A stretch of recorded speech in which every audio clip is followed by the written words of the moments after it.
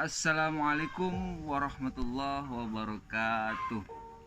Welcome to my channel Empu Doa. Tapi pun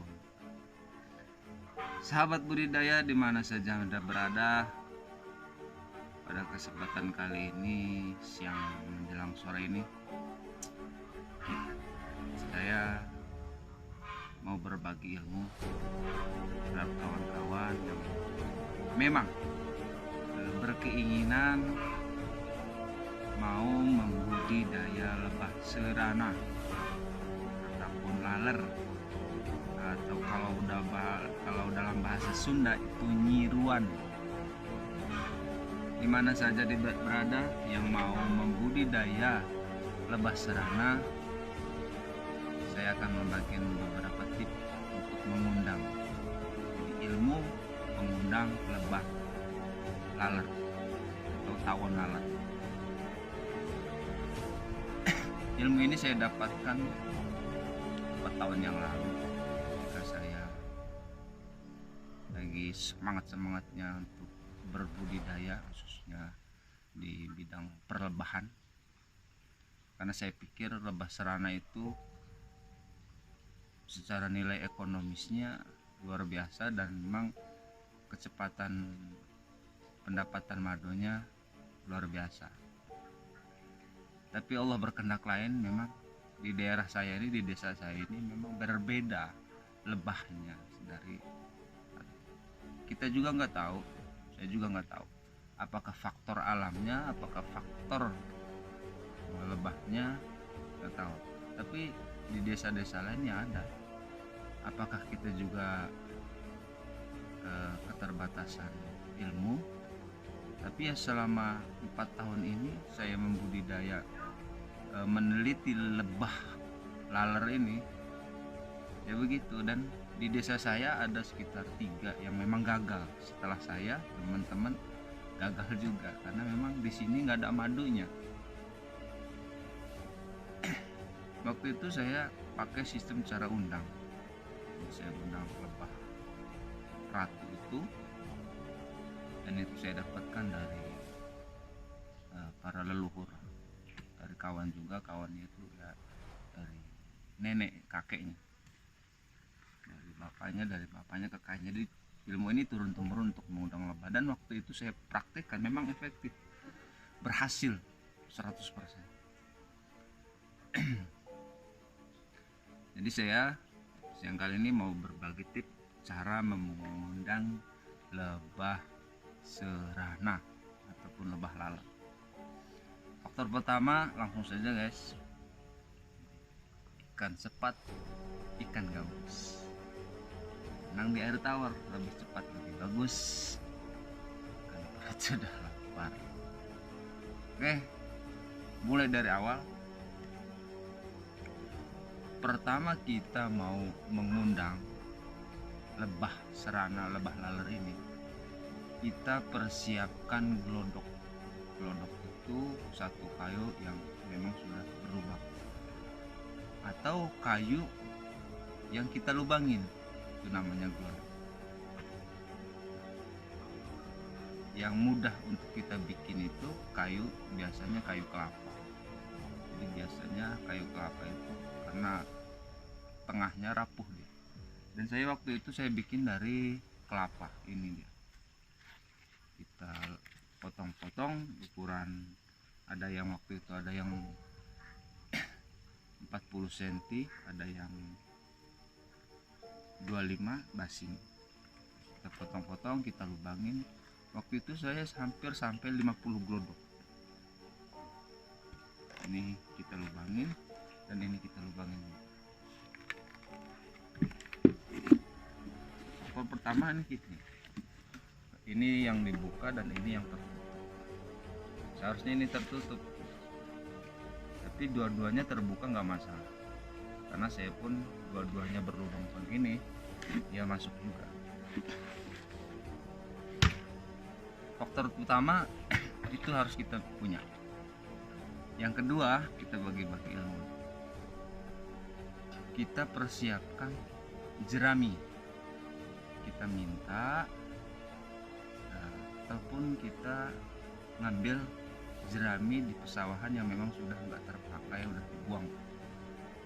Karena kan banyak para petani padi itu biasanya jerami itu kan ada banyak yang dibuang, ada yang dibakar, ada yang buat dipita sama tukang sapi kan, buat difermentasi segala macam. Nah kita minta, bagusnya kita minta sama orangnya, saya minta jerami ya sekitar satu iketan itu ya kita bagi untuk berapa keluwung glodok ini. Kalau kita manggilnya ini keluwung, jadi bentuk ini namanya keluwung. Kita bikin kira-kira bikin berapa keluwung, apa 10. Kalau kita bikin 10 ya kita ngambil jerami itu secukupnya. Jadi untuk dibagi 10 keluwung itu 10 glodok ini. Kita ngambil. Faktor pertama waktu pengambilan ini yang harus diingat kawan-kawan pembudidaya,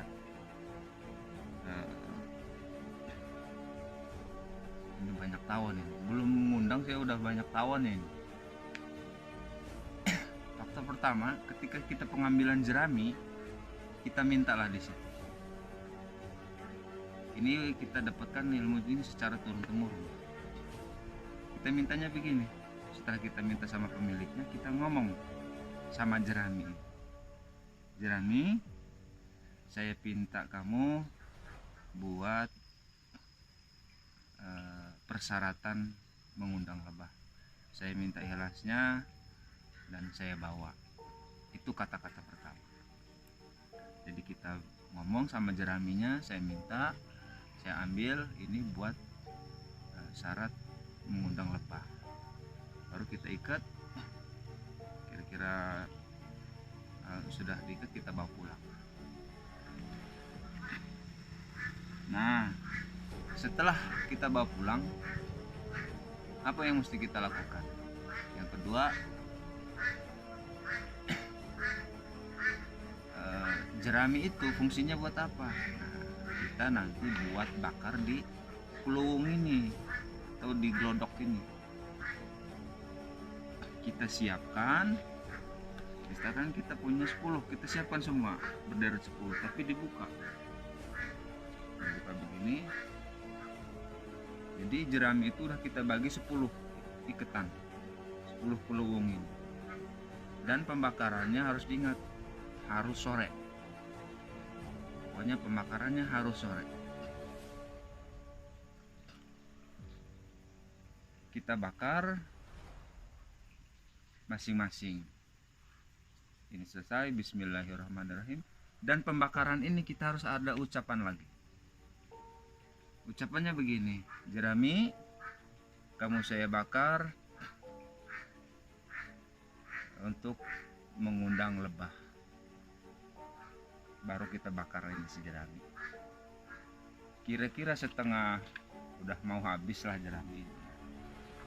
Kan biasanya kalau jerami kan dia nggak berapi, dia berasap biasanya, asap tapi habis itu jerami. Setelah kita bakar sekitar ya seperempatnya udah kebakar lah, baru kita tutup sama glodok yang sebelahnya. Nah, tutup sampai habis atau sampai jerami itu mati sendiri. Seluruhnya habis itu ke 1, ke 2, ke 3, 4, ke 5, ke 6, 7, 8, 9, 10 sama. Terus pengucapannya gimana? Apa satu aja cukup?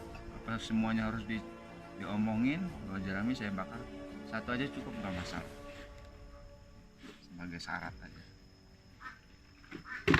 Nah setelah dibakar, kita taruh, jangan langsung taruh di tempat apa yang mau kita tuju. Kalau bisa besoknya, nah besoknya itu pemasangan sore lagi sekitar habis asar. Jadi jangan sembrono lah, kan biasa orang dulu kan gitu ya, nggak sembarangan ngelakuin sesuatu ya, maksudnya nggak mungkin. Orang-orang tua dulu tuh mungkin bener lah, jadi mengajarkan kepada anak cucunya itu biar nggak tergesa-gesa dalam sesuatu hal. Jadi setelah dibakar luwung ini, besok sore lagi asar baru kita penaruhan. Orang tua dulu menyarankan penaruhan ini di pohon asem orang tua dulu. Tapi pohon asemnya yang lagi berbunga syarat. Ilmu itu saya praktikkan, cuman kan nggak efektifnya asem ini nggak. Jadi setahun 2 kali, ada yang 1 tahun sekali, berbunganya kan lama. Maka waktu itu ya kita coba inisiatif sendiri lah. Ilmu kita praktekkan, tapi ilmu kita inisiatif sendiri. Akhirnya kita sorenya berikutnya kita pasang di tempat-tempat yang memang strategis menurut insting kita. Jadi kita pun sesama manusia ini punya insting, di mana nih letak naruh glodok ini yang kira-kira cepat masuk. Itu semua manusia pasti memiliki. Atau memang yang di suatu lokasi itu ada lebah koloni, misalkan warga ada bilang di sana ada lebah koloni misalkan, ya kita taruh nggak jauh dari situ, taruhlah peluang. Saya siasatin. Alhamdulillah inisiatif saya coba bukan di pohon asam itu, kita taruh di pohon-pohon yang memang strategis lebah untuk masuk glodok ini. Alhamdulillah itu berhasil, hampir 90% berhasil. Cuman tadi kawan-kawan, itulah ilmu pengundang lebah serana. Oke, jangan lupa semangat terus. Yang mau membudidaya coba berjuang, siapa tahu di desa Anda, di desa kawan-kawan, di desa teman-teman prospeknya bagus lebah serana ini. Kalau di desa kami memang nggak bagus, tapi mudah-mudahan desa-desa kawan dan kawan prospeknya bagus, menghasilkan madu yang luar biasa. Pelajari, tekuni, apapun itu tetap semangat, dan mudah-mudahan kita diberikan kesehatan oleh Allah Subhanahu wa taala. Salam selalu para pembudidaya. Jangan lupa like, komen, dan subscribe. Kalau ada yang kurang paham lagi, silahkan komen, nanti insya Allah saya jawab. Kalaupun harus ada WA, nanti saya kasih nomor WA saya. Oke, demikian